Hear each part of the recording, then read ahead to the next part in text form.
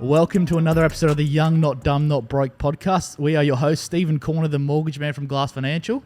Joshua Mason, chef and business owner of Choir Dining. And today we have on Matt Gamble, the owner of G3 Fitness, Let's a go. life coach. And also, he has two podcasts, the Mastered Mindset and Matt Gamble podcast. Thank you for coming on, Matt. Thank you, brothers. Did I get it right? Did I get it right that time? Yeah, well done. Awesome. Welcome, Matt. Awesome, Matt. I'm really excited to have you on. I've seen your growth over the past few years.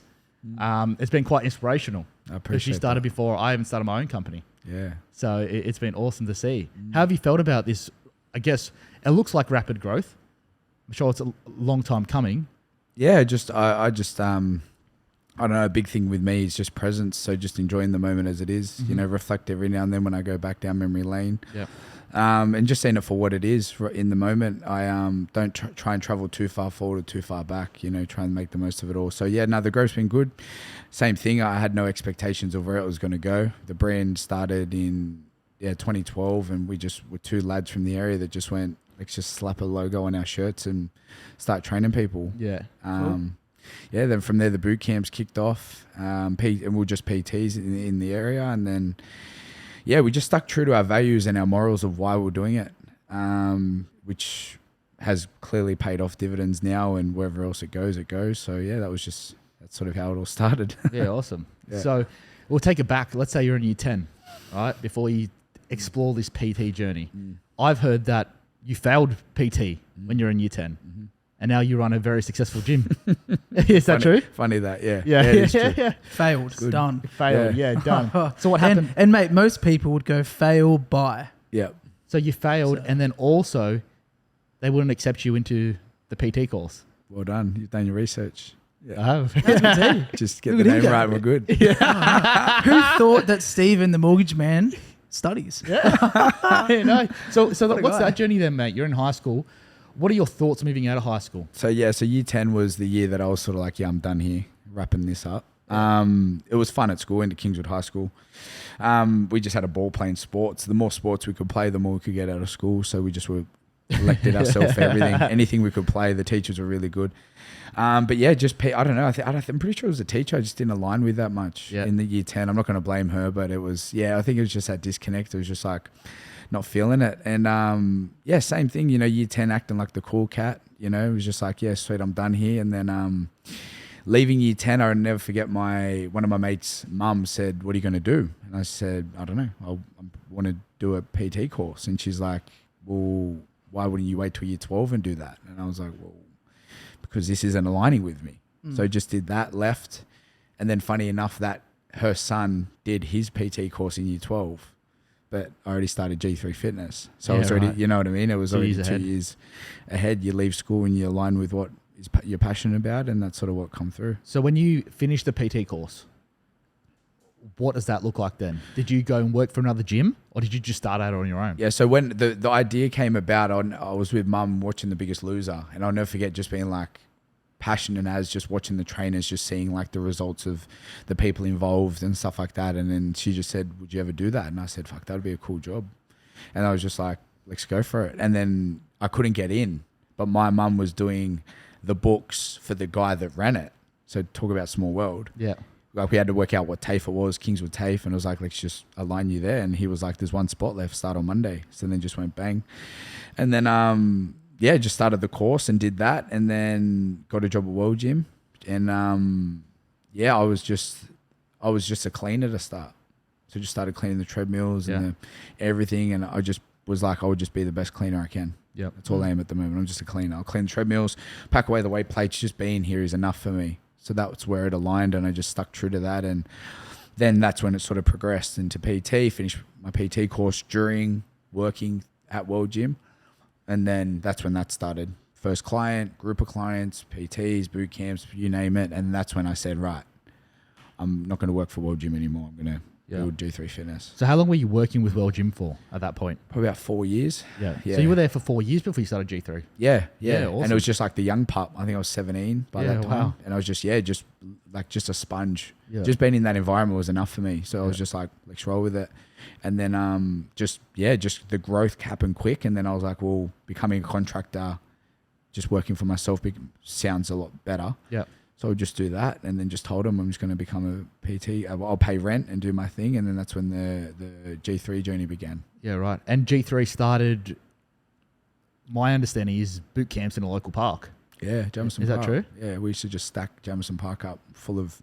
I remember in the one boot camp we had close to 85 people. Wow. It's just like across. What time of day was that? Pardon? What time of day was that? Tuesday morning, 6 a.m. Yeah. Yeah, we'd have a little speaker pumping, and Yeah, wow. everyone around Wow. Jamison Park wasn't a fan, but we were.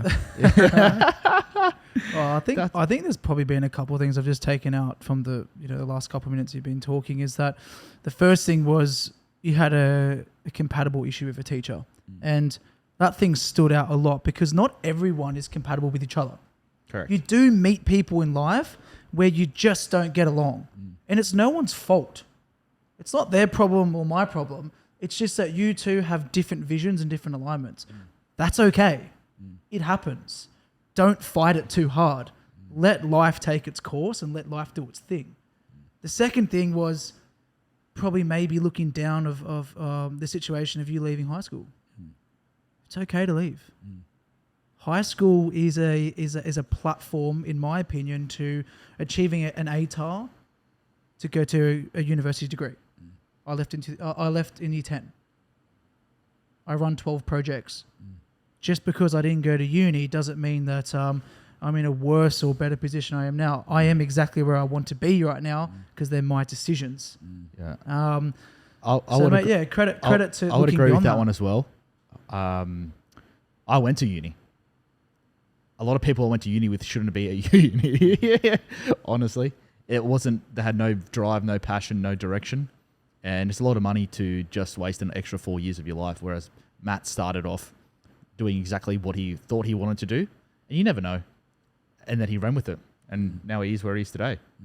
I think it comes down to the person behind it, not necessarily I learned more at World Gym in the first year than I did at TAFE. Yeah. The experience, hands-on, I can have all the knowledge in the world about every muscle group, but it's the compassion and the understanding of my values that got me to where I am. You know what I mean? There is a trend of successful people who have sat on this lounge, and I can tell you majority of them have all said a very similar thing. Yeah. They started off doing the most basic, simple tasks, but nailing them, sticking to it and making it happen. And we have discussed this in other podcasts where young people want to go to level 100 before they've even mastered level 1.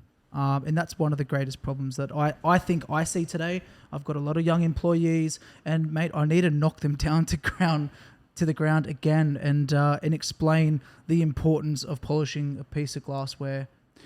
What's putting out a dirty one. You can sit on the lounge and order food and clothes at the front of your doorstep. So of course, all these people in this younger generations are going to feel expected. Yeah, it's and they feel demanding. expected of like, what do you mean I have to work for money? Yeah. I can just get on the COVID bill and just get $800 a week. What are you Mum telling and me? Dad's done all right. Yeah. Exactly. Yeah. 100%. 100%. Thanks, Mum. Thanks, Dad. Yeah. Definitely. Yeah. Okay. Well, a few really, I guess, a few topics there that I guess are in line with a lot of other successful people. And I think if people do watch these podcasts, they will see that they actually start to marry up. So it's not just one or two people saying the same thing and drumming that drum. It's actually a lot of people saying it. Yeah. So maybe some people need to So start then listening. G3, you've got a partner at the time as well. You start doing the boot camps. Then what's your thought now? Okay, I'm going to open a gym, or how does that come about? Yeah, so me and Aiden Ghazi, shout out to the Glute Guru. He's doing amazing things now. I think he's like following up to like 150,000 working with us Been all following him over the for world. Quite a long time. Yeah, as he's well. doing really well. Yeah. So he's seen that vision while we're working at World Gym together doing G3. And then I had two clients rock up at the same time by accident. I told one 8 a.m., the other one 9. And both rocked up at 8. And I watched them both walk in and I was like, So I said to him, one of you come at a different time, but you're both hitting legs. Do you want to just do it at the same time? Like, sweet, let's do it. Did that. They ended up becoming like really good. The session gelled. I wasn't burning as much energy, but and then I just charged them half price. They literally walked out the doors and I just said to myself, fuck, how good would it be if I could just put people together? Because at that point I was running between 55 to 60 sessions a week. So if I got an inquiry, it was either I can train you at 11 a.m. because I finish at 11, or I can train you at 2 p.m. because I start at 3. Yeah. At 3 till 8, 5 till 11, 5 till 10. 5. I never went more than 5 because 5 energetically was too much. Like you just gas. So then I was like 10 a day. Saturdays I'd work to like 3 or 4. So I was like, people were messaging me, but I couldn't book them in. I'm like, what? Like, and that was hindering me because you're asking for my support and I can't give it to you. And then I was like, so then from that point, it was just like, okay, well, what if I build a place where people can come to in a group setting? I'll have an app. People can book in the time that suits them best. When I used to have PTs, if they cancelled, they knew they weren't getting back in. Yeah. Like, or if they were 40 minutes late, I'm either out the door to go reset to come back, or I've got my next client. So I was like, sat with it.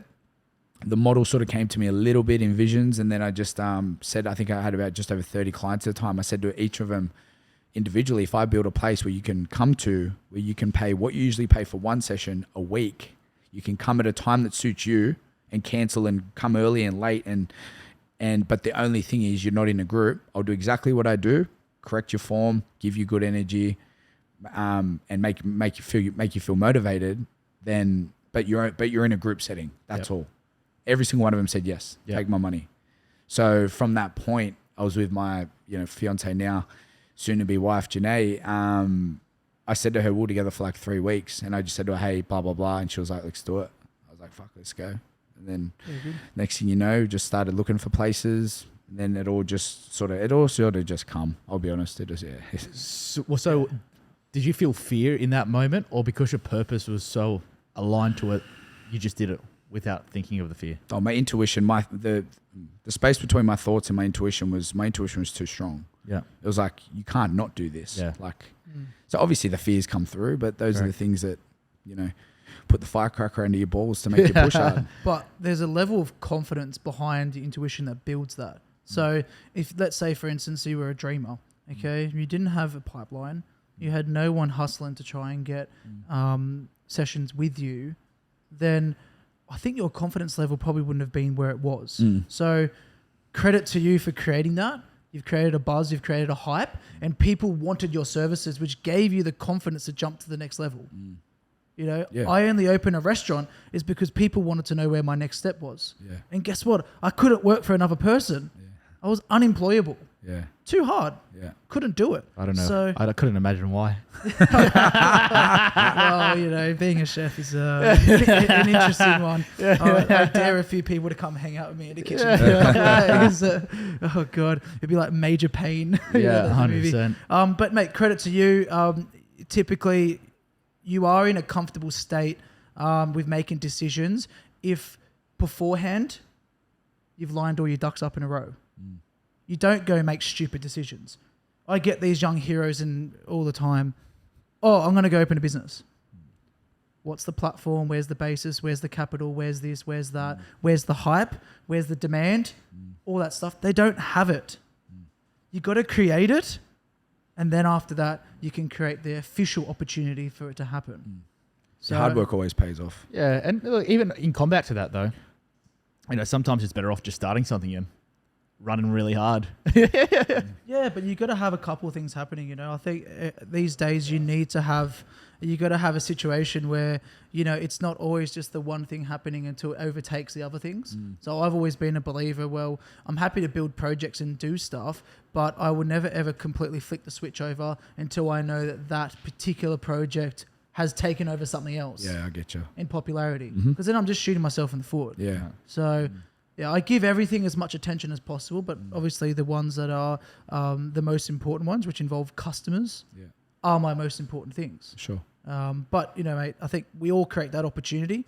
And, mate, like I said, credit to all of us. We're all business owners here. Yeah. But we've all worked hard to earn the right to work smart. Exactly. So,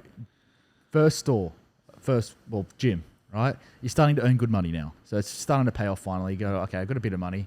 And then you go and do something crazy, like set up a franchise, right? How did that come about? Why? Process. It's a very difficult process to do, especially the first time. And there's a lot of outlay to it. Why? It was just the people, the people found me. Yeah. I haven't spent 1 cent on marketing for franchising. Yep. So it was just the right people, right time. So Aaron Zarb, shout out to that lad. We linked up and he was going through some stuff, and I said to him, come into G3 and just, come in and just get the feel of it. And the second he came in, his whole world shifted. So just quickly on G3, my values, my belief system behind it, and then I'll get into the story, was before I opened my first store, I watched a Jim Carrey documentary, and what he said in the thing was, I made comedy to free people from concern. So the reason that Jim Carrey got into comedy was for people to be free from concern. So you look at how many thoughts people have a day, 60,000, give or take, and how many people feed into those negative thoughts. And some of them are a pattern that you just keep repeating. You keep telling yourself a story, you know what I mean? Whether it's insecurities, what's happened 20 years ago, whatever. So when he said that, I was sort of listening, and he engaged me. He said, so when people would come watch Liar Liar, Dumb and Dumber, The Mask, whatever movie Jim Carrey said, their intention was knowing they were going to be free from concern for an hour or two. So they would go into there. You don't know what people are going through. Drop their thoughts, step into the movie cinema, knowing that they're going to be free from concern. 2 hours goes by, they have a good laugh, they leave, feeling that little bit lighter. So that was that. When I heard that, I was like, fuck, wow, I've got an opportunity to be able to free people from concern. And shred some fat off so they walk out a bit lighter. Exactly. Mate, I've never thought about it like that before. That's really powerful. Yeah, so that was my intention from the start, to free people from concern. That really aligned with me then. Yeah, so we'll get into that later when we talk about the other stuff. Yeah. So The that's where stuff. that's where that come through, and then from there, Aaron Zab was going through some stuff, and same thing, came to G3 and started to become free from concern, and was like, I want one. And I'm like, want what? He's like, a G3, and I'm like, oh. It's like, you haven't thought about franchising? I'm like, no. I was happy with just Penrith. I was happy with one. And now you have. Yeah, and then he's like, let's do it. So then they were the first store. But yeah, not easy at all. Just franchising in itself, it's just... Oh, it's hard. Yeah, just, and I'm so grateful that all our franchisees are just beautiful people. They're people that I know or have known, like friends of friends and stuff. So it's comforting. Yeah. So the 6 that are a quality, I'm not looking to open one on every corner, but a nice gap between them, 10, 15 kilometers is nice. And they're just quality gyms. Like the owners are just... The reason G3 is where it is because they they seen it, they fed it into it, and they've just blown it up to be what it is now. Like I can only take credit for how far I've pushed it, and don't get me wrong, I'll continue to push it, but these people have just added branches on the tree, which has just enhanced it, I walked past a girl a couple months ago, she had a G3 shirt on, and I said, oh, hey, how are you? And she just goes, gave me the look. Bittersweet. Yeah. The bitter part was like, oh, okay, sweet. I only started the brand 10 years ago. But the sweet part was you don't know me, which is beautiful in itself, because it shows that this brand is out there more than I know. Well, that's a massive which is a really good testament to a business owner, right? Yeah. She made me look like you creep. You're trying to pick me up. You're with your missus and your 2 kids. Well, no, it's hard, like being in the restaurant game for myself, and I'm sure with Steve, and being a personalized service, because that's what we do. Really, really hard for us to replicate our services. Like, man, I'll get email complaints from people in the restaurant saying that, why didn't Chef Josh or Mason come up and say hello to our table, but went to other tables and said hello? Like, I'm not even joking. Wow. So, really, really hard to detach from your baby. I get it. The amount of times I've had opportunities to grow, but it's very hard to detach. So if you've done that in a space where you've had people to take your legacy on and do it just as good, and you want them to do it better, it's amazing. Yeah. That's cool. And with the franchises, when you first started, what was the biggest challenge? Just paperwork. Just the whole setup. Yeah. I just had no idea. Yeah. So what did you do to? We got people involved that have done franchises, and they just helped us build the model of what it looked like. And then obviously over time, it's just like amped up again. Just got people that we knew, and then you get the different people involved that just really build the franchise to what it is. So that's sort of what just happened. And then St. Mary's got built, and then we just went down the pipeline. It was Windsor, Stanhope Gardens, Blaxland, and then Narellan. So it's just same thing. Penrith being the main. Penrith's the OG. The OG. Yeah. So 5 years tomorrow. We're celebrating our 5th year tomorrow. So amazing. Pretty Am I cool. catering or? Catering, that's the exciting. thing. Josh is actually offering free catering for free catering. Free bunning sausage. You do afterpay. Afterpay. Oh god. Yeah. Protein shakes. Yeah, cool. But just on that attachment part, it's funny you say that, because that was a big part of my journey, is learning to detach from the name and the identity of G3.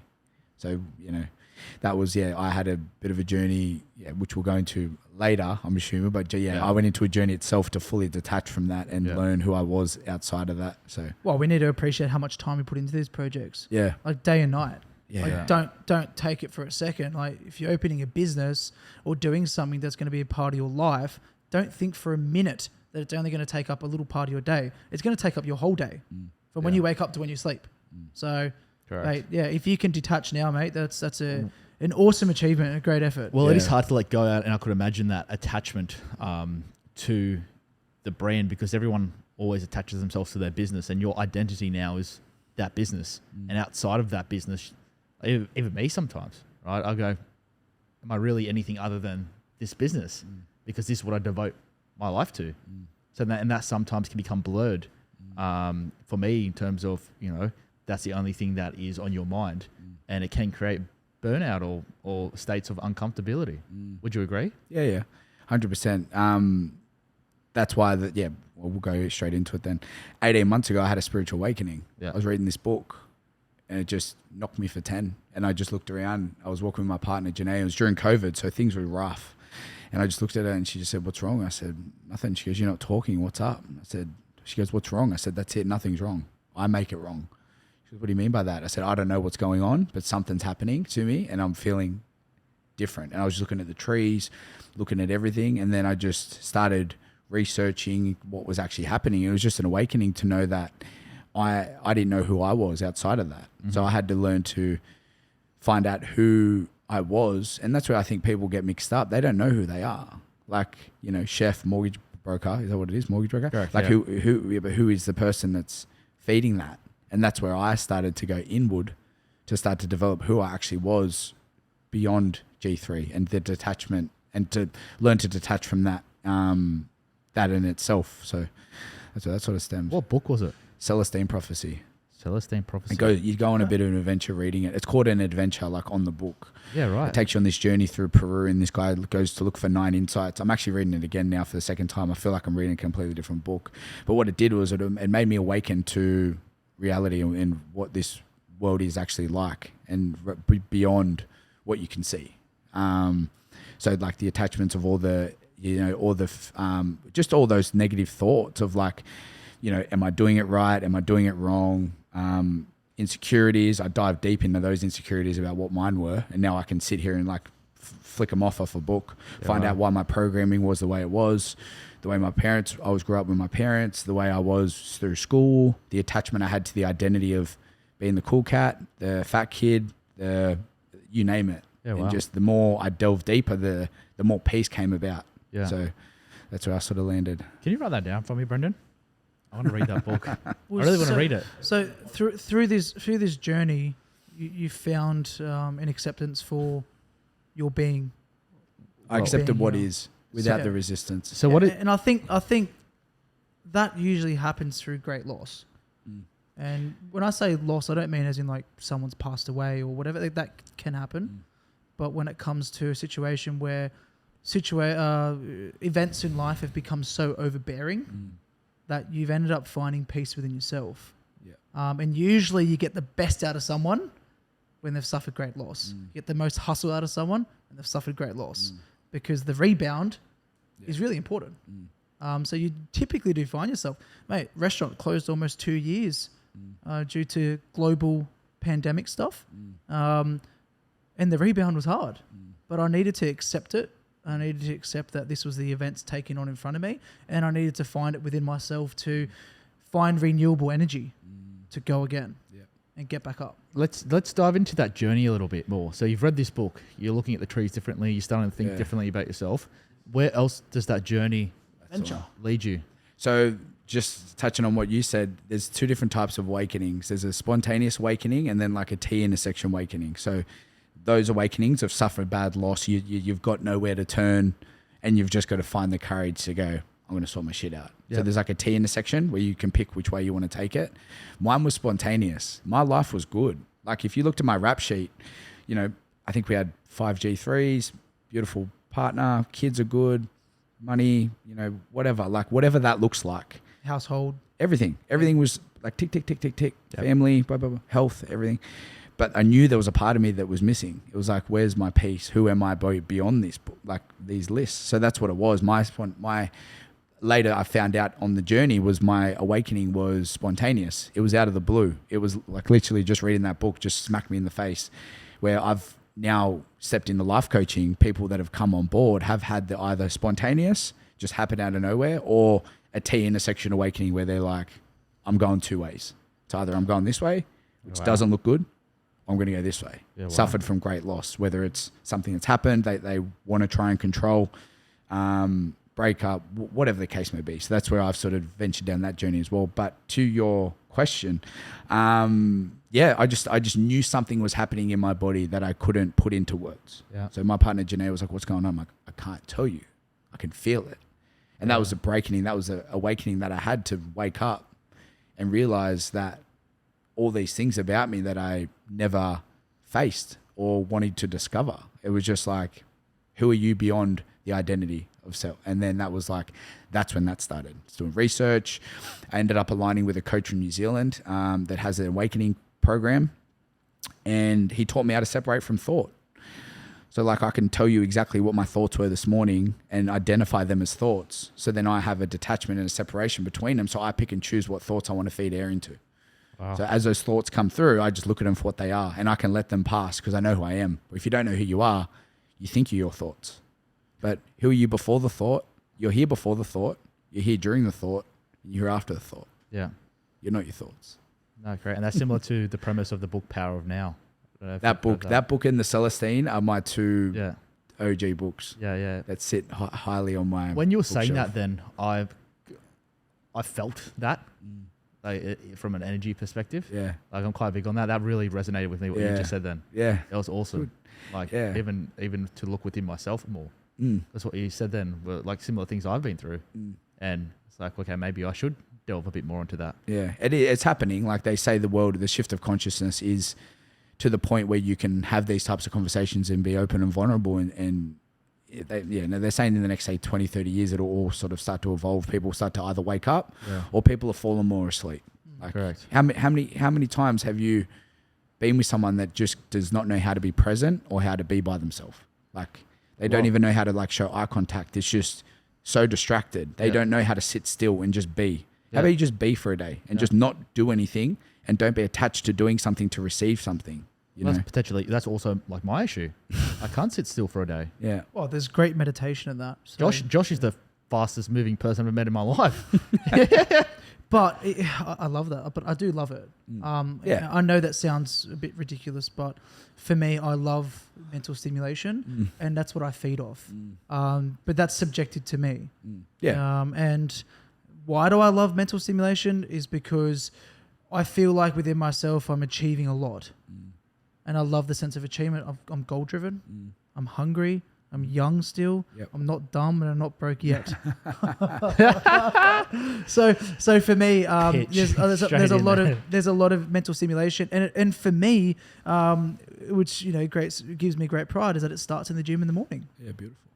I achieve at 7 o'clock in the morning, an amazing workout that gets my brain sparked. It's my time of meditation. I switch off.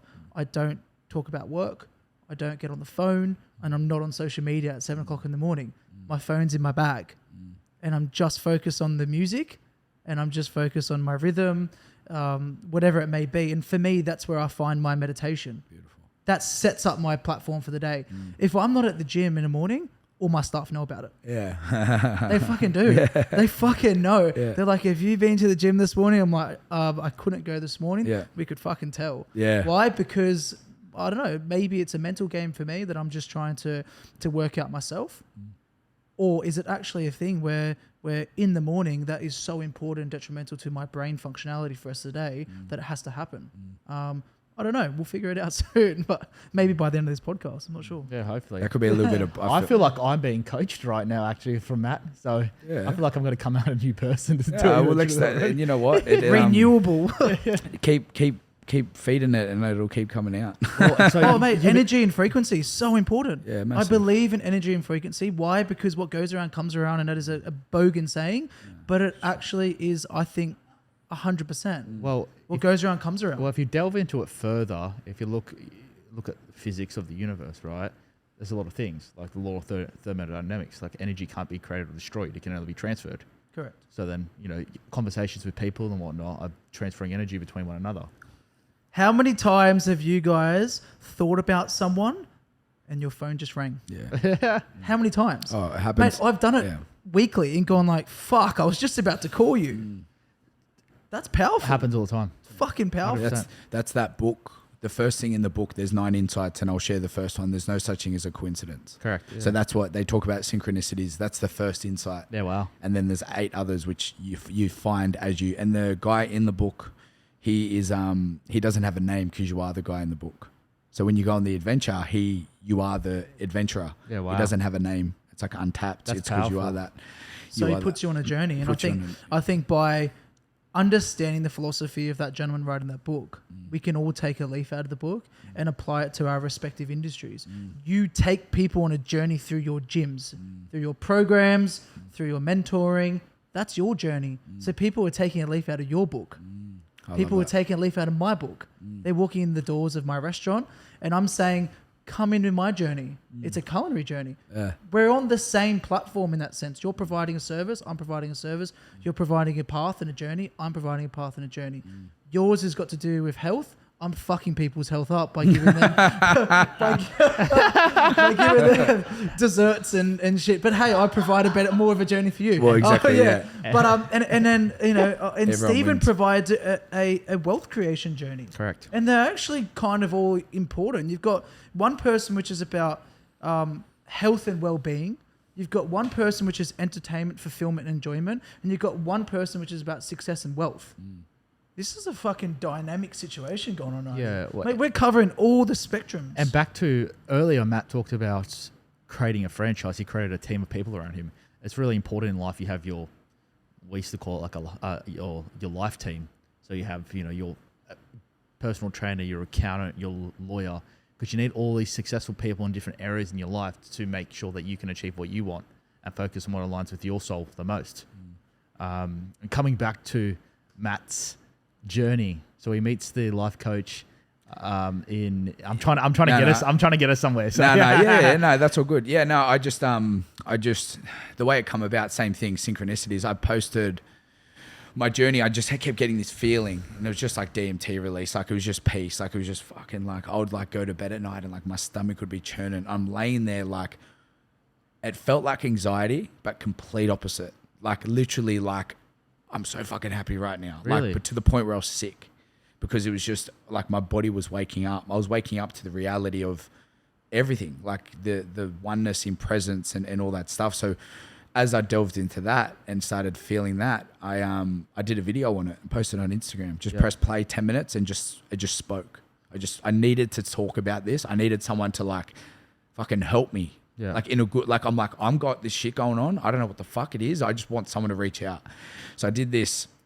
I posted this video, and 2 weeks before that, a good friend of mine, Mark, he just he wrote on one of Aubrey Marcus's captions, and he wrote, "The mind hates the present moment because that's where the thoughts can't be attained." So in this moment, right now, in this present moment, you can't access thought if you're in presence. Yeah. But if we're going to talk about thoughts, it's either going to be in the future or in the past, both an illusion. The only thing that is real is this present moment. So when he posted that quote, I was like, started following him, didn't know who he was, just clicked it. Next thing you know, I've posted this awakening video, 10 minutes long, and it's just me speaking my truth. He posts a video of the awakening underneath. So I've like clicked on his page and said, "Bro, can you just watch this video and let me know what the fuck's going on to me?" And he's like, "Welcome to the island." And I was like, whoa.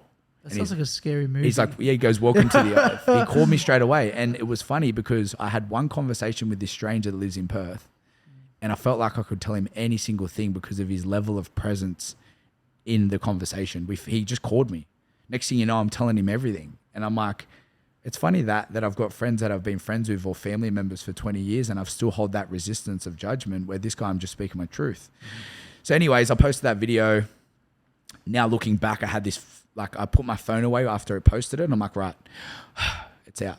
I'm sitting there with Janae watching the movie, TV, and she's just like, I just fidgeting. She's like, "What's wrong?" I'm like, "I don't know." She's like, "You know what's wrong. You want to go check your phone."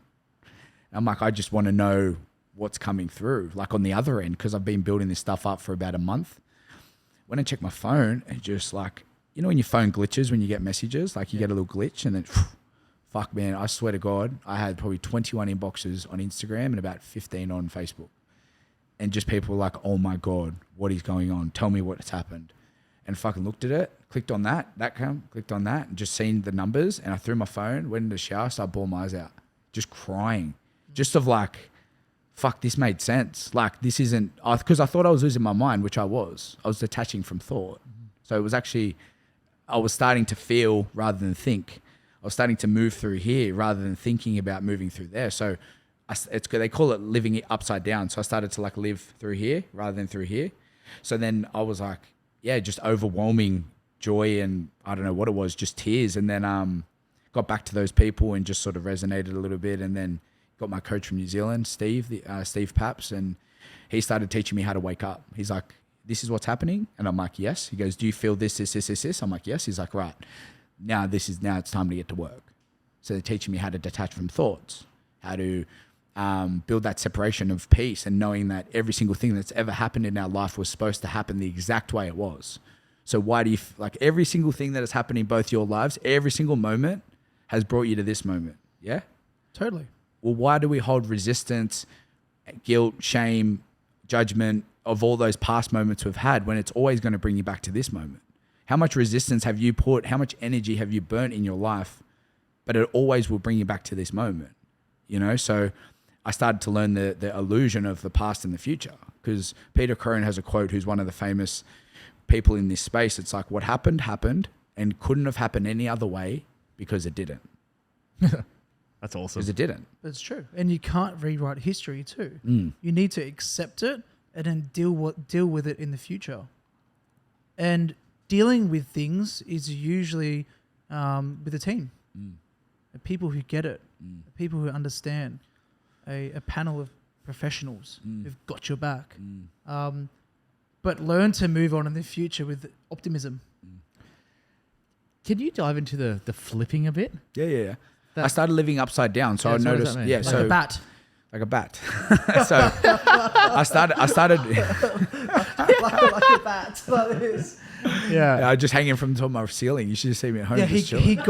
he got one of the apparatuses from the gym. Yeah, and just he fucking installed it. hung. You got a door, you got a gym. That's how I do the countdowns. No, so just living upside down of just knowing that every moment that was happening, and I still do it now. Every moment is the moment. It's exactly how it was supposed to be. Like, and it's funny we can talk about this because this is a nice moment. You know, we've all had a thought about what this moment was going to be like as we were driving here. What are we going to talk about? Blah, blah, blah. Like, but we sort of know that this would have been a nice moment. But what happens if a car comes through and smashes half this place? Like, we didn't accept that moment. Or you check your phone after this and one of your workers have left, or you owe this person fight. Like, whatever the moment is, it's the moment. It was supposed to be that exact way. So accept it for what it is. Like, every moment has variables. You know, I could have been driving here. All right, I was driving here. I had thoughts about, it's funny. I had thoughts about, am I going to talk about my spiritual stuff? I had a thought about, I actually forgot it. I hold a crystal when I talk. I had a thought about, am I going to hold the crystal and these guys are going to think something? I had a thought about how dive we're going to deep into G3. Like, see how they're all just thoughts? Yeah, correct. But we can get caught up in thoughts about other people's thoughts, where that's an illusion too. You're in a thought about someone else's thought about you. That is all an illusion. Think about how many times you subconsciously do that a day. In a thought about someone else's thoughts. Oh, I don't want to say that. Like, yeah, and that's where vulnerability comes in. I say it now. Yeah. I was in a thought about your thoughts about this. That's why I speak my truth. And people go, oh, how funny. My thoughts about you were this. And it's like, how funny. Both an illusion. So how about we don't burn energy there and we just come back to the present moment? The amount of times people go, no, don't say that. I go, fuck it, I'm saying it. Yeah. Yeah. Why are you saying it? Why are you doing that? Because that's what I'm thinking about right now. And I'm fucking sure as shit they're thinking about it too. Yeah. I'm going to say it. Yeah. I'm opening up the door. Yeah. Here we go. 3, 2, 1, doors open. Let's Shit, fucking go.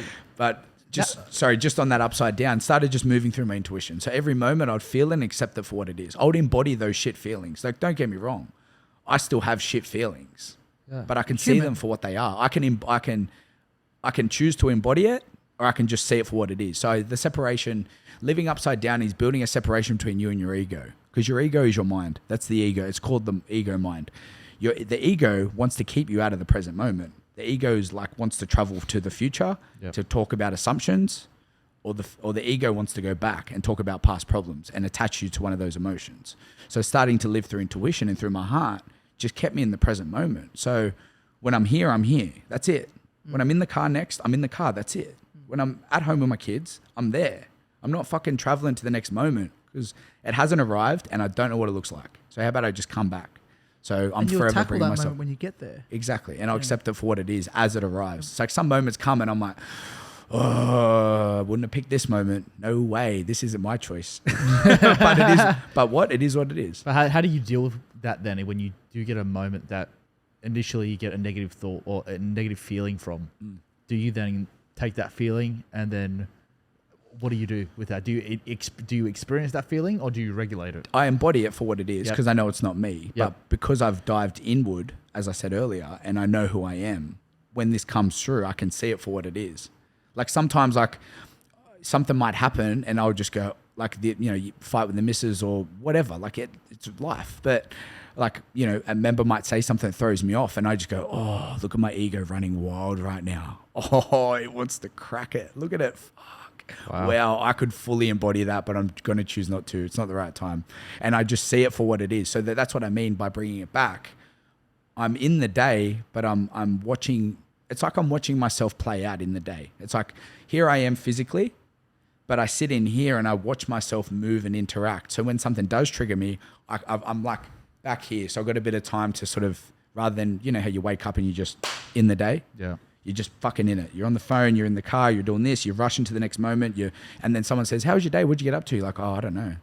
Where were you? Like, everywhere. Exactly. Everywhere but nowhere. As long as you're achieving things, there's different. There's no harm in hustling and getting stuff for sure. done. But as long as you're achieving things, there's no point of being a master of all but a jack of a jack of all but a master of none. Yeah. But it depends how we filter things. We all filter stuff every day. How do we filter it? Do we filter it through a large filter or do we filter it as fine as possible? And usually a lot of that filter's got to do with emotionally how we connect to stuff. I've learnt to detach from emotions some years ago, and it was probably around COVID time actually. I learnt to detach from emotion, and now I'm on the pursuit of looking at everything as practical as possible. Practical thoughts get practical outcomes. Emotional thoughts bring ego. They bring so much desire that it has, a fire between party A and party B. Where usually if you look at it more practically and take a step back and filter it better, then you'll be able to go your next move, I think, a bit more peacefully. And I look at that now. I'm in hospitality. I've got people trying to tell me how to do my job every day. Yeah. You need to have that emotional detachment. And I have to. Yeah. I could be the egotistical chef arsehole, which I kind of am sometimes. But I've learned to detach. I've learned to detach, and I've learned to look at things a lot more practically. I'm actually really taken back from what you were saying, to tell you the truth. Yeah. Like I'm like really I can tell. Taken back. Like I know you're looking around. You can tell I could see your thoughts coming through. Yeah. I'm connected. No, I'm like really taken back. Like I thought I was, I guess, in tune or to that side, but speaking to you, not to that extent. Yeah, and I've got this weird. It sounds nuts. I've got this weird feeling. Yeah, it's beautiful within me here. Yeah. Like it's quite odd. Yeah, it is. Because that's what you were born as. You were born as consciousness. So this is just accessing a part of you that was what you were here. Like what were you here when you first born? You were full love. You were pure consciousness. That was it. You had no thoughts. You were hungry. You cried when you needed to shit or whatever. Like you look at a baby is full consciousness, but what happens? It becomes programmed through high school, parenting, shit you've gone through at school. So energetically, you might have not got picked for the football team. So you've been holding on to this insecurity for 20 years. So anytime you get picked for anything, you have that anxiety feeling come up. You could be like in a room of people and someone goes, I'm going to pick someone. And instantly you're like, oh, don't pick me. I look at that now. So whenever and there's no, I thought I was going to reach an end destination, which there's not. It's forever a journey, which is beautiful. I like that because I'm forever going to be on this path, but there's things that come up now and I see it for what it is. I'm like, oh, what's that triggering? Oh, that's right. You're a fat kid at school. So now that this is coming on, like there's things that we hold on to energetically through our life that sit with you. So that's why I dived deep and obviously went to the jungle and stayed there for a week and really went deep. And yeah, what did you do in the jungle? Which jungle are we talking about here? Colombian jungle. Wow. Yeah, so Did you lick frogs? close to Kind that. of. No, I drank ayahuasca. Because I had a friend who did it and he said it was pretty rough. Cambo frog, yeah. It was pretty rough. Yeah. Yeah, so yes. The frog or the ayahuasca? One of them, I don't know. He had something put into him. And there was a prick and then the I think so, yeah. yeah, it's a Cambo frog. He It's said like it was rough. yeah, that one's pretty like that shoots you into the rocket ship for 10. That one. I didn't do that. But Yeah, okay. So how did you end up in the Colombian jungle? well, yeah, we talk about synchronicities again. I was on this path, had an awakening coach, just moving through the process and just going in, and I just knew that like there was a calling of like, fuck, this is all happening. I've learnt sort of not as much as I can, but there's going to be a shift. And I was listening to a podcast of Aubrey Marcus's, and he had a guy on there named Sean Chester, and I was just listening, and Sean talking about his life. This Sean Chester guy, long story short, lived in America. He was the hitman of like all the hotels. So he was the guy that all the hotel owners had as his hitman, and he had the Russian mafia kidnap him and got put in this room and had to, and ended up in the jungle doing ayahuasca. And I'm listening, and halfway through the podcast, I'm like, I've got to send this guy a message. Like, this guy's lived 9 lives. Like, this is crazy. Wow. I type his name in. I'm not following him. I can't find him. I can't find him. Never heard of him in my life. End of the podcast, Aubrey says, where can everyone find you? It was the native guides. So I type in the native guides. I swear on my kid's life, don't even know that. I don't even use those words. I'm already following this lad. He's following me. He's got like 200 followers. He's got following counts like 9,000. And I'm like, as I go to send him a message, being like, how the fuck are we following each other? He likes a photo of my kids. No. And I'm like, mate, I don't know how this has happened. Wow. I've just listened to your podcast. Fuck, what is going on? And he just goes, energy. what are we going to do about this? And I'm like, well, I'm coming to see you. So then booked the trip, went in August, and it ended up being just me and another guy because he had a shoulder reconstruction or a shoulder injury before it. So he canceled the trip. But he goes, every time I went to call you, I couldn't. Like, I just didn't know what was going on. So no one was going in August except me because he takes people every month from around the world. He goes, but I couldn't cancel on you. I goes, I don't know what it is. And then long story short, I did a FaceTime with him. I could feel his energy, that he had expectation written across his chest. Same thing, when you dive into it, you can start to read people. I just said, can you stop feeling so expected of me coming? He goes, what do you mean? I said, you're in a thought about my thoughts about what I'm going to get of the trip. Just being in your presence will be enough for me. And he goes, oh, okay, you get it. No worries. You read me. No worries. Let's go. How about you come and we just be mates and you just come on the journey with me and we go drink ayahuasca in the jungle. Let's go for it. So Wow. Next thing you know, 36 hours across the other side of the world, 14 hours to LA, 5-hour stopover, 8 to Colombia, stopover, and then jump on this little charter flight with like 20 seats, which ended up in the jungle, and then a 45-minute bike ride with him into the jungle where he lives. Wow. And then went with the full shaman, full setup. We laid in hammocks. And then that's when the ayahuasca happened. And what? And It's pretty cool. I'm taken back by this conversation. Honestly, it's really, it's pretty hard for me to be speechless, to tell you the truth. But this I has know, made me he's always speechless. got so much to bloody say. Yeah, no. So that journey, then ayahuasca. What were your feelings before trying it? I got kids and stuff, but my fiance is so supportive. She's like, you're going to find something about yourself that you can bring back and show the kids. So do your thing. Fully go do your thing. I'll control G3, everything else. Go do your thing. How long were you in the jungle? I did 4 nights in LA because I turned 30 over there. So I went to Universal Studios and hit all the rides by myself, express ticket pass. Yeah, awesome. I was like, any single riders? I'm like, fucking here. So 30th birthday, I was in the jungle. In LA. Just Send the photo back to the kids too. Yeah, Look yeah. what you're missing out on. Oh, exactly. So did 4 nights there and then went to the jungle because there was a bit of a process before. I couldn't have caffeine, no sex, caffeine, no sex, no sugar. I had to go vegan just so then when I drink the ayahuasca, the energy can work through me. Yep. My thoughts were like, you're going to the fucking jungle. Like I stopped telling people, like people were like, oh, you're going to Colombia, why? And I was like, I couldn't tell people, like especially at the gym, why are you going there? There's tigers. What are you doing? Are you doing a coke bust? Like all this stuff. And I was just like, you know what? Coke bust. Like, are you going over there? Yeah. I was just like, Here's the underbelly king. yeah. And I was just like, so then because that would feed my thoughts, Yeah. and I could watch my thoughts of like, hey, what are you doing? Are you stupid? Blah, blah, blah. And I was like, you know what?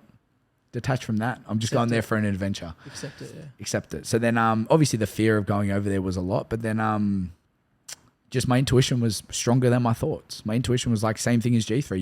You're going. If you're not supposed to go, something will happen and you won't go. So I just trusted the process. All right. Yep. Still going. All right. Yep. Fuck, I'm on the plane. I must be going. And then, yeah. So the first night was interesting. I drank the drink, and there was me and another guy from Canada, and then Sean, who was the facilitator, and then 6 of the people that live there, like the native people. So what is the drink? It's ayahuasca. So what it is it's a Katrina leaf and a vine that gets mixed together. And it's like the magical drink that sends you off on a DMT trip for 10 hours and just fully opens you up to infinite possibilities. Yeah, it couldn't... So much, yeah. You know, it's becoming a thing. It's always been a thing, but like, Yeah. you know, Will Smith's, Jim Carrey's, A lot of Mike Tyson's, Joe Rogan's. All yeah. those lads, they've obviously dabbling in it and talking about it now. So, yeah, the first night, just boom, down the hatch. Had the fear of like, oh, you're really here? Yeah. Laid in the hammock. Half hour goes by, full dead silent. And then this lady comes down, because they call it Mother Ayahuasca. So she's a grandmother energy. She comes through everyone's episodes, everyone's drinks. So everyone has a drink. It's sort of like a mother energy comes down. It's sort of like a mermaid. She comes down and she just grabbed my chest and threw it up into the sky. And I was like, whoa, fuck, all right, we're here. So when I say visually, I could feel her energy coming down like a mermaid. She grabbed it, threw it up in the sky. And I was like, all right. First thing, direct as anything. She goes, you need to accept the mother's love. And I was like, yep. Full surrendered. Like, because with my mum and my mother-in-law, I'm their rock. So I've built this thought and told myself a story that I can't be soft with them, because I'm like the one they go to when they need something. But Sean's, you know, quote and mantra is, become so strong you're soft. So you can be the hardest in the room, and if someone needs you for strength, or you can be the softest in the room, someone needs you for compassion, kindness. Like, having that ability in a room is powerful. So straight away, Mother Ayahuasca was like, you need to accept the mother's love. And I was like, yep, gotcha. Surrendered. And then Take it. And then, yeah, and then the second part was I was standing in the one of the open arcades in Penrith, and I didn't know why. I was just standing there in this open arcade, which ended up being where our podcast studio is. Yeah, wow. And I swear, I got home and I said to my partner, unpacked it all. She goes, I said, I was standing in the open arcade in Penrith, and she goes, what are we going to do there? We can't build a gym there. 3 months later, our space becomes available there. Wow. So yeah, so that was a completely different story. But yeah, and then it was all nighter. I stayed up all night in the jungle, and yeah, you just take off. You just become one with everyone. So create a bit of the scene. You're in the middle of nowhere. You've just got off a dodgy flight, probably some half broken down aeroplane. Mm-hmm. You've ended up in a field somewhere. You've been greeted by some people. And in this, there's no real official airport here or anything. This is as ground roots as possible. Probably landed on grass, I'm guessing. Yep. You get out of the plane, you grab your little bag, someone comes and greets you, you jump on a bike. You're on a bike for about 45 minutes to an hour. Where did you end up? What was the facility like? Like, paint the picture. Like, Yeah. what were you thinking versus what did you get when you got there? Yeah, the thought was, I always had those thoughts coming through. Like, why are you here? What are you doing? You've got kids, you've got a business. Like, but they were just, by that point, my intuition was so strong, because they say the plant finds you. So I have a strong belief around that. So as I was traveling there, I was like, if I'm not supposed to be here, I'm not going to be there. Like, Sure. So my thoughts were just, they all came through, but they weren't me. So I just let them pass. I You didn't breathe. negotiated with it a little bit. Yeah. There was a bit of negotiation, but there was still a gravitational pull, Yep. which still led you there. 100%. And his presence, because we did a lot of FaceTimes and a lot of work together, because we had to build that bond. Because once you drop into that drink, Yeah. you can't just go, oh, I'm done. No. Tap me out. Can I leave now? Yeah. It's you're in, and he's in with you. So you build a bond together, and it's just like a love that I've never felt from another male before. He's like, I've got you, because I know why you're here. You're here to heal. You're here to work out why you're here. You know, you're here to do some shit. So hammocks, you had a bucket where you vomited or you pooped out in the jungle. Yeah. Yep. A bottle of water, wipes if you got to go do a shit, and that was it. And a flashlight to see where you're walking. Yeah. And where were you sleeping in the hammocks? In the hammocks. And there was 9 hammocks set up. Everyone had a bucket and a thing. So In the bush. in the bush, in the middle of the jungle, It's like not literally. like a house. It's not like a. I had a maloka, so just a roof. Yep. That was it, with like Yep. little poles, and there you go. And then there was a nice tribal painting on the wall. Wow. So yeah, Am I understanding that's called purging? purging. You vomit. Yeah. Do you have to purge in order to go into the experience, or So is there something that happens along the way? It's an individual thing. So it depends on if you've got that. So remember how I said that energy that you hold for say 15, 20 years of something that's happened in the past, because you're only programmed of what you know. Your parents and upbringing and everything you've been through, good and bad, has been shaped you to who you are today, right? So whatever's happened energetically, that ayahuasca will bring that out in you. So that's why you purge. You're purging out all the shit that you've held onto for fucking 20, 30, 40, 50 years. Wow. And if you don't surrender to what comes through, Mother Ayahuasca will continue to keep you in that. She will be like, well, you're not listening, so you can continue to purge until you surrender to what I'm saying. So like Will Smith apparently did ayahuasca for 8 hours. He just sat there and he's like, no. And she's like, yes. I think it was a question, something come through, and he's like, no. She's like, yes, yes, yes, yes. And 8 hours he's purging because he wasn't listening. Like, just Wow. accept it for what it is. You need to accept the mother's love. Gotcha. Like straight away, no surrender. But you know, I vomited. I didn't think I pooped much. I vomited a fair bit because it was like some deep stuff from growing up, being a big kid, and this and that all come through. And then it's crying and sweating and stuff. Whatever comes through, like Yeah. it takes you on the journey. That's What's for it sure. taste like? Shit, it tastes like just grass and just it's the vine, and that's why I went to the jungle. You can do it in Australia. Like people, I know people who know people. Then it's like you get initiated into, and then you get told next week 7 o'clock go to Byron Bay or Blue Mountains or whatever. So I was like, if I'm going to do it, I'm going to town. Yeah. I'm You fucking. go in the OG. I'm going. So the vine I drank was 35 years old, because the older the vine, the deeper it shoots you off. Wow. Are you happy to jump into a bit more of the experience? Yeah, for sure. Yeah, whatever. so, Open you book. know- Yeah. So the first night I had that happen. Showed me some visions of the open arcade and, you know, my kids and everything, and you need to accept the mother's love and blah, blah, blah. And it was beautiful. It was actually really beautiful. The guy I was with had a shit experience Really? the first night. Well, when I say shit, I mean, well, actually, he reckons he did about 15 shits that night. So probably it was a shit experience. But he wasn't accepting, because he went there with the intention of being told that the girl that he was with was broken up with, was supposed to be with. So when he went into it, that was his intention, because you drink with intention. My intention was to find out who I am, and why I'm here, and what and how can I serve? Like, what am I? That was who I am, why am I here, how can I serve? Those were my intentions, and what happened the second night will explain my answers. But his was, I need to be with this girl. So Mother Ayahuasca is like, no, you're not. You're not supposed to be with her. He's like, yes, I am. No, you're not. Well, you're going to continue to purge. It wasn't until like 5 hours later, he goes, I'm done. Okay, I accept it. I'm not supposed to be with her. And he's just, Stop shitting. stop shitting. So, Wow. so yeah, so vomiting, pooping, crying, this, that, and the other. So the first night, yep, we drank. We got there at 4 p.m. We're fasting, 4 p.m. 8 p.m. we drank, and you're in the drink because it takes you off. You're in and out of the hammock. You're dancing around the fire. Like there's fires. Some of the guys that were there were musicians as well, so they play beautiful music. And I was like in this loving state. Like, you need to accept the mother's love. And I'm like, yeah. Like, fuck. My old mate's over there purging, and I'm just like, yeah. Anyways, I get up and I go to sit by the fire, and the musician starts.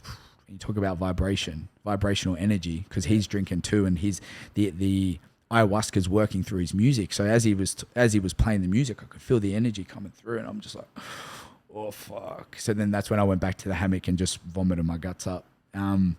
So yeah, the first night was beautiful, and I was like, sweet. Like, it was an all-nighter, so we went until 8 in the morning. So you're awake until 8 p.m. to 8 a.m. And then 8 a.m. And mind you, you lay in your hammock, you don't really sleep because you close your eyes and you're in a different dimension. So then 8 a.m.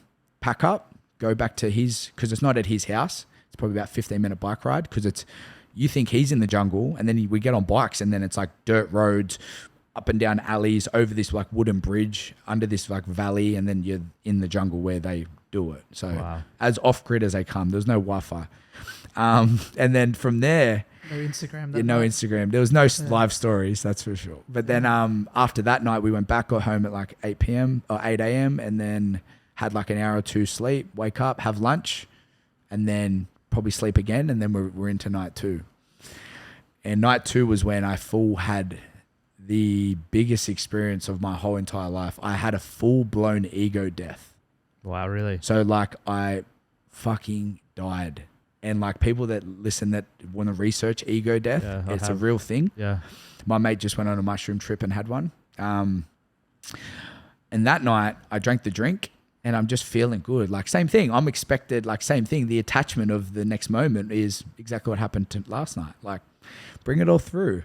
And it's funny because the first night everyone was like, they don't speak English, like the other people, but they were laughing. They're like, oh, you ate night 2. You think this is fucking funny? It's like I'm like this. I'm like, it's like doing a leg session and then you go and wait till tomorrow. Yeah. You can't get up. So then night 2, I drank the drink and it just tasted different. It was the exact same drink, but it just because the Taitia blesses the drink, so you stand there and he and he was going for like 10 minutes just blessing this drink, and I'm like, fuck, and then I went into a thought about last night. I wasn't in thoughts for that long. Like this is fucking what's going on.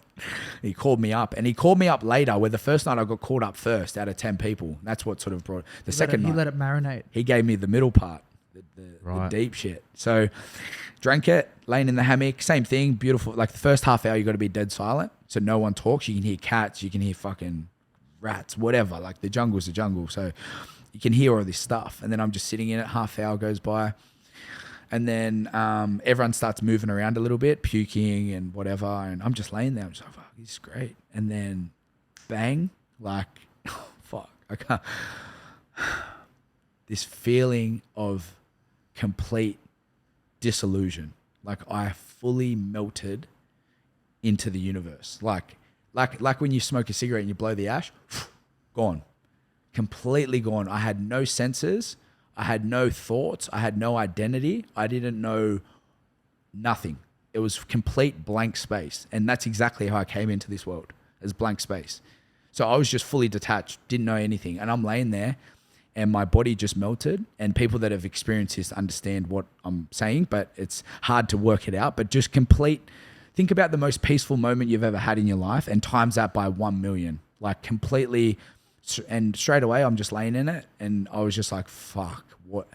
I could see myself being like, what is going on? I was like in a dark room looking around being like, well, this is fucking good. Like just complete peace. And then Mother Ayahuasca turns around and says, your heart's about to stop, my son, but it's okay. And I'm like, yep. Like, don't even have to repeat it. It felt so good. I was happy to be taken at that point. So when we're born and when we die, we get the most DMT release naturally. And that's what this is, a DMT. You're drinking DMT. But naturally, you can produce DMT, the more peace you can find in your body. But when you're born and when you die is when you release it. So because I had that death experience, I was like, take me. She goes, your heart's about to stop, my son, but it's okay. So for about 5 minutes, look at me trying to work out the time. I don't know how long I was in it, but it felt about 5 minutes. All I was with was this little breath, and it was only out. It was just, and just complete oneness. And I was like, this is it. This is exactly what I was here for. Next thing you know, I started to come back to this world, and I was like, fuck. And I was just moving in the hammock, and then Sean comes over and he says, what happened? I said, I feel like I just died.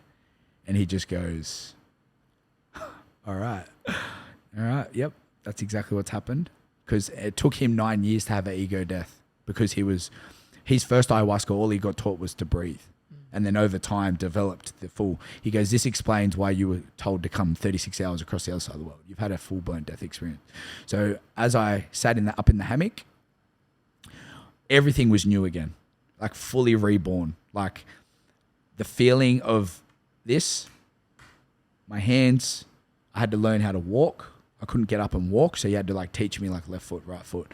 Like not like out of those fucking boxing movies, how the guy's like down and out and has to like learn. Like, but I knew like, I knew where slowly coming back to it. yeah, coming back to reality. But before that, I had to sit in the hammock for about an hour, and each sense would come back as one. Like I looked at him, and he was like this big fucking person, like sitting next to me, and I'm just like, all right, I can't look. I'm just gonna sit here. And he's like, focus on your breath. Now he's like, wiggle your toes. Wiggle my toes. He's like, can you feel that? Can you feel your hands? I'm like, yeah. He's like, can I touch you? He put his hand on me. I'm like, yeah. He's like, and then just slowly coming back to reality, and then everything was new again. Like I looked up at the moon and he goes, that's the moon. How beautiful is it? And I go, it's a fucking good looking moon. I had to go to the toilet and he's like, I'm like, how do I piss? And he's like, push through your hips. Like I knew I had kids. I knew my name. I knew G3, but everything was just like a clean slate.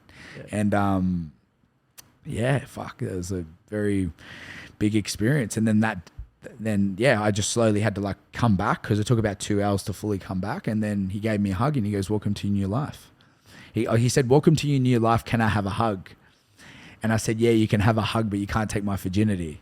And he starts laughing. He goes, you're a crack up. He goes, all right, you're back now. Welcome. And pardon? Huh? So? Yeah, it was big. Producers tearing up every year. It's I haven't even got to that part yet, but I got back to I didn't take my phone because it wasn't working anyways, and then got back to it was like 8, 9 in the morning, got back to the room and I looked at my phone. It was like my kids and my partner, and I just started fucking bawling my eyes out, like crying. I was like, is that my family? He's like, that's your love. And I'm like, fuck. Like I knew it, but just seeing them again was like I had no thought and it was just complete presence. I was like, fucking, that's them. And then I had a voice message from Aaron Zab. He's like, hey bro, I don't know what's going on with you. I don't know what time it is over there, but I know that you've had a massive experience. I just went and meditated for you. I don't know why, but I hope you're okay. So I'm hearing his voice and I'm like, that's my best friend. Like, and just his complete, it just brings you back to love. Like it literally, that's all. Like if I'm going to sugarcoat it and go straight to the source, you are born here as love. You finish this world as love, but you need to find the love in the middle of your life. You are love, but we get caught up in this rat race of identifying ourselves as certain things. But when you strip it all back, you strip away the houses you sell, you strip away all the chefs, all the meals, you strip it right back. What did you come into this world as? And that's what I had a chance to be reborn and then go from there. And then I think that day I just cried all day, but like tears of joy of just like look at this fucking tap, look at these trees. Like it was exactly what happened that day that I read the book and looked outside. Times a million, like wow. Everything just reset. So must have been weird jumping on a plane. Fuck, it was so everything was what just. What the fuck is this thing? I was like, yeah, it's a big fucking thing, but yeah, everything. But yeah, right. Okay. So welcome to my trip. I guess that feeling after that experience, then is that a prolonged feeling that sticks with you, or is that something you have to continue to work on to ensure that you're staying in that state? So it's 50% work, 50% integration. Yeah. So I did the work. Now I've got to integrate this stuff back into my real world. Yeah. So that's where the challenge is now of ensuring that it comes back to now I can incorporate that back into my life. So as a story of I got home after 32 hours of travel. So it takes a while to marinate in your stomach. So for the last, I did in August. So say it takes about 6 months to fully leave your body. So now I still get glimpses of things that I've seen in it and I'm like, oh, fuck yeah, wow. So things still come through. So 30, and then I had all this time to sit with it coming home. So like I could fully process what happened because Sean said, I'm so glad you're not going home tomorrow. You need 2 more days with me and then 2 days by yourself. Because like obviously to travel, to get home, just to fully just immerse what happened to you. Because this isn't like, he's only seen it happen twice in his whole journey. Really? Yeah. But he goes, the right people, he goes, now it was like when it all happened, he goes, oh, this makes sense. But people, like my mate had it 2 weeks ago, an hour and a half away. He went and did a mushroom journey and it all just opened up. So when you get a feeling from it, that's the calling to progress it. But our thoughts stop us from going there, like going to take that step. Like this fucking feels right. I'm going to go with it. Like everything we've ever done in our life, it felt right. It didn't, you could think about it right or wrong, but it just, I don't know why, I just did it. Yeah, you know? correct.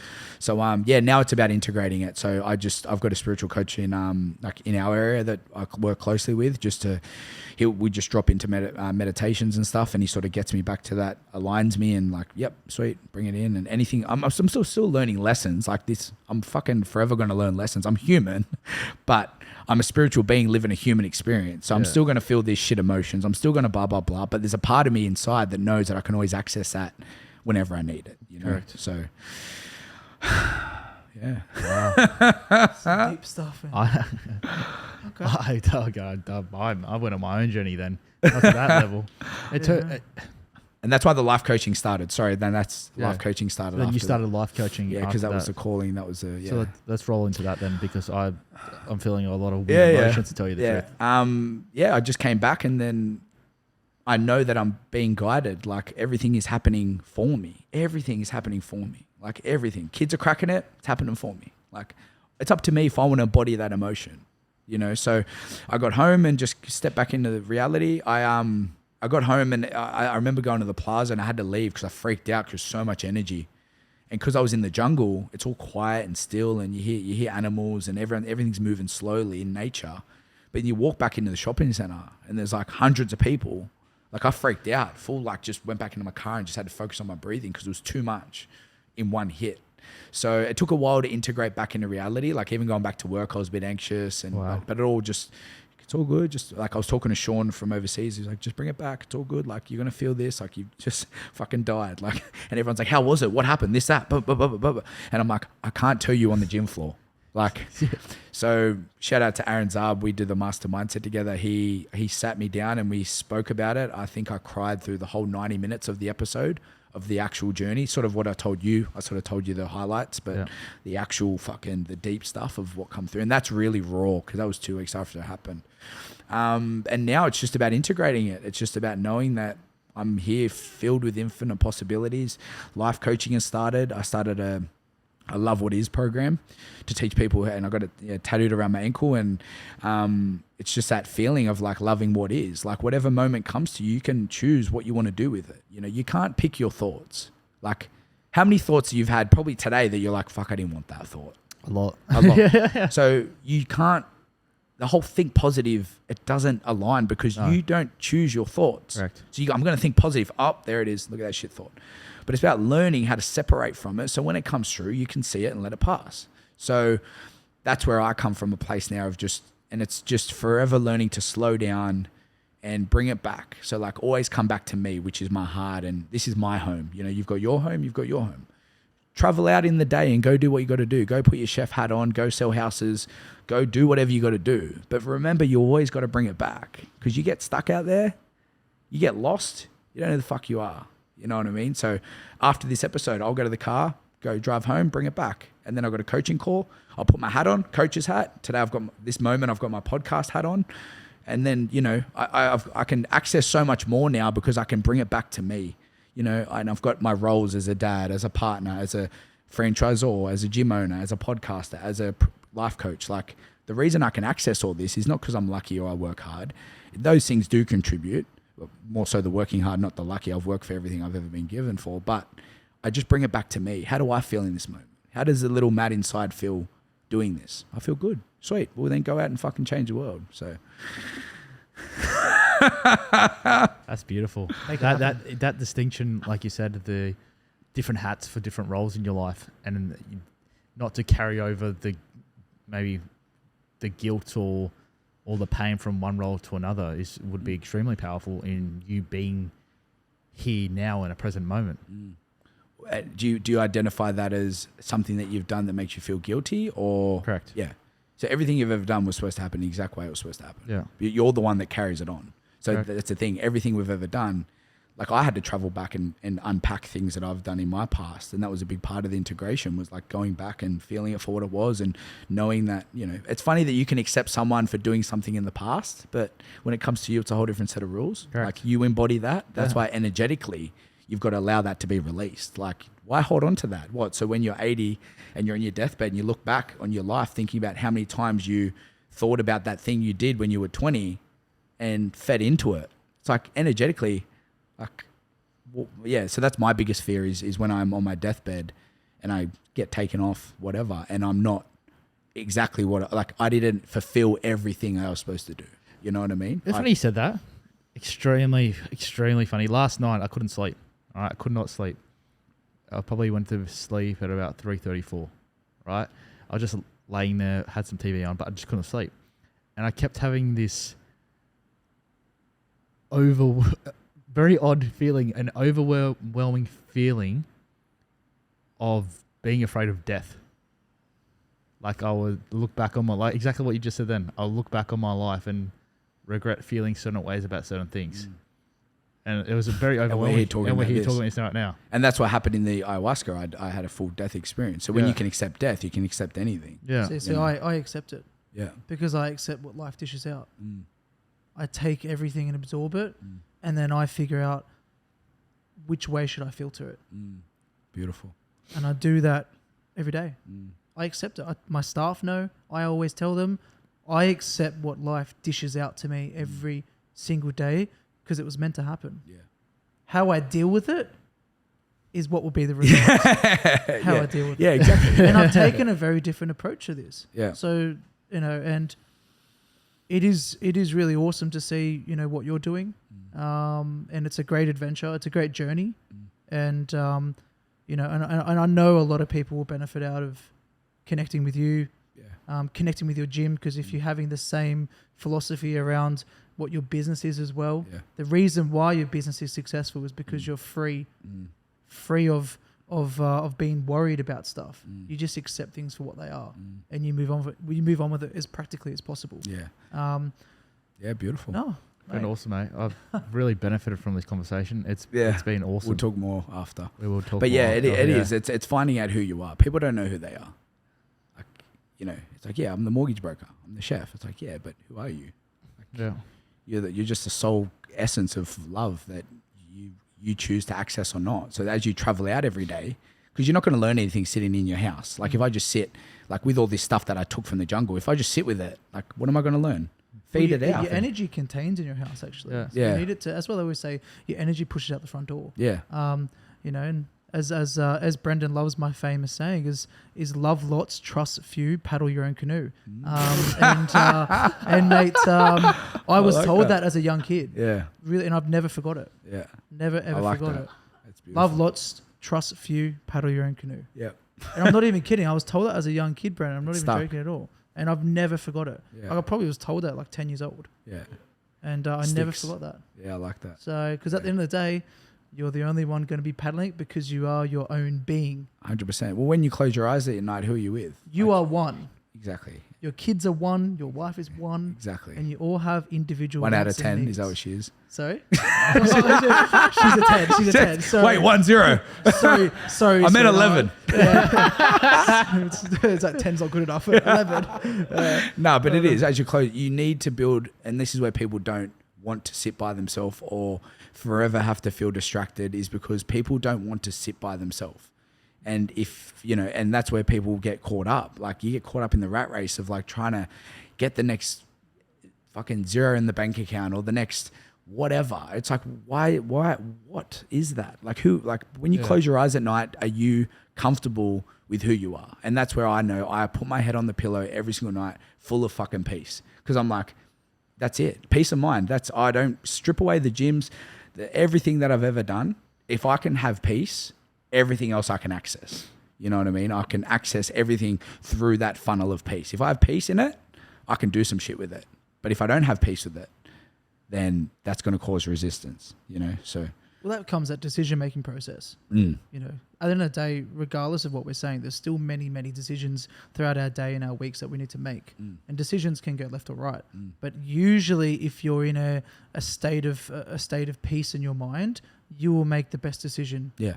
You won't make the crappy one. Yeah. You won't get caught up in did I Correct. or not make it or not make it. It just flows. That's what flow state. And that's the acceptance stage. Yeah. Flow I state. accept the situation for what it is. Okay, let's navigate through this. Yeah. So, yeah. Thank you, Matt, for coming on. And to be honest, like Stephen, I've never seen him this quiet and kind of borderline emotional. I've known Stephen for a little while now, and Yeah. How'd it make you feel? Let's go there. How did it make me feel? Hard to explain, to tell you the truth. It's hard for me to explain how it made me feel. I felt very. It was like, I don't know. It's really hard for me to unpack that right now. It's beyond words. I think we'll unpack it later. Yeah. Sometimes it's beyond words. Yeah, I can't explain it. Yeah. I can't explain that. Part of it could be that you know this stuff, and that's the deep part of you that's like, yeah, I'm here. Hello. Welcome back. Like that's where sometimes things feel right. It's like, I know this. Yeah. We all know this stuff, but we just become programmed, which is normal. Everyone becomes programmed in their life. Jim Carrey is massive on this stuff. So you want to dive deep? Jim Carrey's your one. Jim Carrey is like full, I'm not Jim Carrey. That was my attachment. Now I've detached. I fall into my roles and then I come back.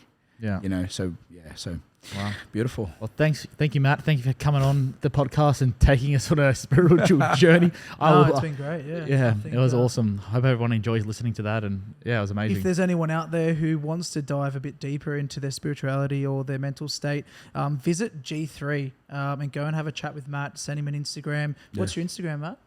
G3 Fitness. I got Gamble 132. Cool. So feel free, send a message, learn more, and learn a bit more about yourself. As I said before, the greatest asset in life is you. So get out there and do what you need to do to make sure that your next steps are for you. So thanks, guys. Thank you very much. Thank you very Been much. an awesome morning. Stephen's very quiet, so we're going to go hug it out now. and we look forward to next episode. And mate, we look forward to chatting again really soon. I think this has been a really thank you, lads, for having me on special board. I moment. appreciate it. Thank you. I appreciate it. Thank you. All Beautiful. right. See you later.